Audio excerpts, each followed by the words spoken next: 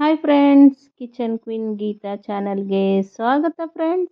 ಇವತ್ತು ನೋಡ್ರಿ ನಾನು ನಿಮಗೆ ಸ್ಪಂಜ್ ರೀತಿ ಇರುವ ಬಿಳಿ ದೋಸೆ ಹೇಗೆ ಮಾಡೋದು ಅಂತ ಹೇಳ್ಕೊಡ್ತಾ ಇದ್ದೀನಿ ಫ್ರೆಂಡ್ಸ್. ನೋಡಿ ಎಷ್ಟು ಸಾಫ್ಟಾಗಿ ಮುಟ್ಟಿದರೆ ಸಾಕು ಸ್ಪಂಜ್ ಮುಟ್ಟಿದ ಫೀಲ್ ಆಗುತ್ತೆ ನೋಡಿ ಫ್ರೆಂಡ್ಸ್. ಅಷ್ಟು ಸಾಫ್ಟ್ ಆದ ದೋಸೆ ಹೇಗೆ ಮಾಡೋದು ಅಂತ ಹೇಳ್ಕೊಡ್ತಾ ಇದ್ದೀನಿ ಫ್ರೆಂಡ್ಸ್. ಇದು ಯಾವ ದೋಸೆ ಅಂತ ನನಗೆ ಕಮೆಂಟ್ ಮಾಡಿ ಫ್ರೆಂಡ್ಸ್.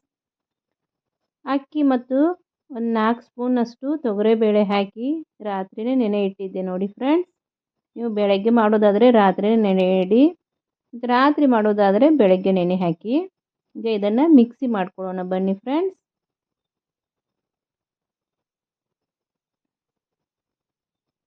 ಸ್ವಲ್ಪನೇ ಹಾಕ್ತಾ ಮಿಕ್ಸಿ ಮಾಡ್ಕೊಳ್ಳಿ ಫ್ರೆಂಡ್ಸ್. ಈಗ ಇದಕ್ಕೆ ಸಣ್ಣಗೆ ಕಟ್ ಮಾಡಿರುವ ಹಸಿ ಕೊಬ್ಬರಿ ಹಾಕ್ಕೋಬೇಕು ನೋಡಿ ಫ್ರೆಂಡ್ಸ್. ನಾನು ಅಷ್ಟು ಅಕ್ಕಿಗೆ ಒಂದು ಅರ್ಧ ಹೋಳು ಹಸಿ ಕೊಬ್ಬರಿ ಹಾಕ್ಕೊಂಡಿದ್ದೆ. ಈ ರೀತಿ ನುಣ್ಣಗೆ ರುಬ್ಕೋಬೇಕು ನೋಡಿ ಫ್ರೆಂಡ್ಸ್. ಸಾಫ್ಟ್ ಆಗಬೇಕು ಹಿಟ್ಟು, ಅಲ್ಲಿವರೆಗೂ ರುಬ್ಕೊಳ್ಳಿ. ತರಿ ಇರಬಾರ್ದು, ಹಿಟ್ಟು ಸಾಫ್ಟ್ ಆಗಿರಬೇಕು. ಈಗ ನಾವು ರುಬ್ಬಿರುವ ಹಿಟ್ಟು ಈ ರೀತಿ ಇದೆ. ಇದಕ್ಕೆ ಎಷ್ಟು ಹಿಡಿಯುತ್ತೋ ನೀರು ಹಾಕಬೇಕು ಫ್ರೆಂಡ್ಸ್. ನೀರು ಹಾಕೋದಾದರೆ ಇದು ಯಾವ ದೋಸೆ ಅಂತ ಹೇಳಿ ನೋಡೋಣ. ನೀರು ದೋಸೆ ನೋಡಿ ಫ್ರೆಂಡ್ಸ್. ನಾನು ಮಾಡ್ತಾ ಇರೋದು ಇವತ್ತು ನೀರು ದೋಸೆ. ಈ ಹೆಸರಲ್ಲೇ ಇದೆ ನೀರು ದೋಸೆ ಅಂತ. ನೀರು ರೀತಿ ಅಷ್ಟು ತಿಳುವು ಮಾಡ್ಕೊಳ್ಬೇಕು ನೋಡಿ ಫ್ರೆಂಡ್ಸ್. ನೋಡಿ ನಾ ಎಷ್ಟು ತಿಳುವು ಮಾಡ್ಕೊಂಡಿದ್ದೇನೆ ಅಂತ ನೋಡಿ. ಎಷ್ಟು ಹಿಡಿಯುತ್ತೋ ಅಷ್ಟು ನೀರು ಹಾಕ್ಕೊಳ್ಳಿ. ಈಗ ಇದಕ್ಕೆ ರುಚಿಗೆ ತಕ್ಕಷ್ಟು ಉಪ್ಪು ಹಾಕಿಕೊಳ್ಬೇಕು. ಹಾಕಿ ಚೆನ್ನಾಗಿ ಮಿಕ್ಸ್ ಮಾಡ್ಕೊಳ್ಳಿ ಫ್ರೆಂಡ್ಸ್.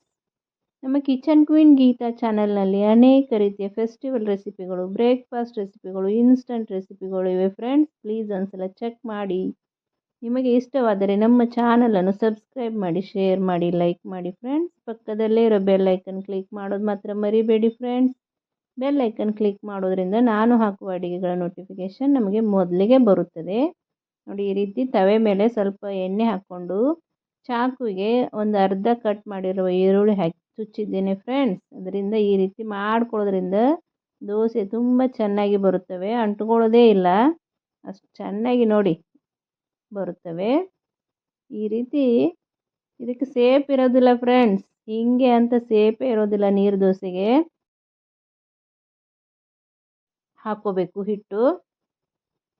ರೌಂಡೇ ಬರಬೇಕಂತ ಏನಿರೋದಿಲ್ಲ ಈ ನೀರು ದೋಸೆ.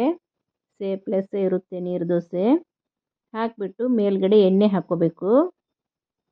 ನೀವು ಅಂತ ಇರಬೇಕು ಇದು ಹೇಳೋದೇ ಇಲ್ಲ, ದೋಸೆ ಬರೋದೇ ಇಲ್ಲ ಅಂತ. ನೋಡಿ ಫ್ರೆಂಡ್ಸ್ ಎಷ್ಟು ಚೆನ್ನಾಗಿ ನಮ್ಮ ನೀರು ದೋಸೆ ಬರುತ್ತೆ ಅಂತ ನೀವೇ ಒಂದ್ಸರಿ ಚೆಕ್ ಮಾಡಿ ಫ್ರೆಂಡ್ಸ್.